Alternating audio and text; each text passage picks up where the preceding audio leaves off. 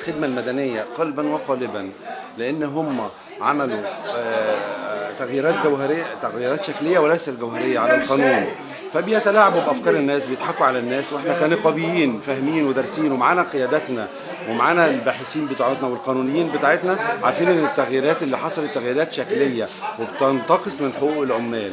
فكنا رايحين نقول للنواب اللي الشعب انتخبهم والنواب اللي هم بيشرعوا وهم اللي مسؤولون عن هذه التشريعات ان هم لازم يكونوا بعيد تماما عن ان هم يصدروا مثل هذه القوانين المعيبة اللي هي بتحول صراحة العامل من عامل بتربطه علاقة عمل مع بتربطه علاقة عمل مع صاحب العمل إلى سخرة مدنية، يبقى بيشتغل عنده بالسخرة. فاحنا بنقول للنواب احذروا أن تمرروا هذه القوانين واحذروا غضبة العمال.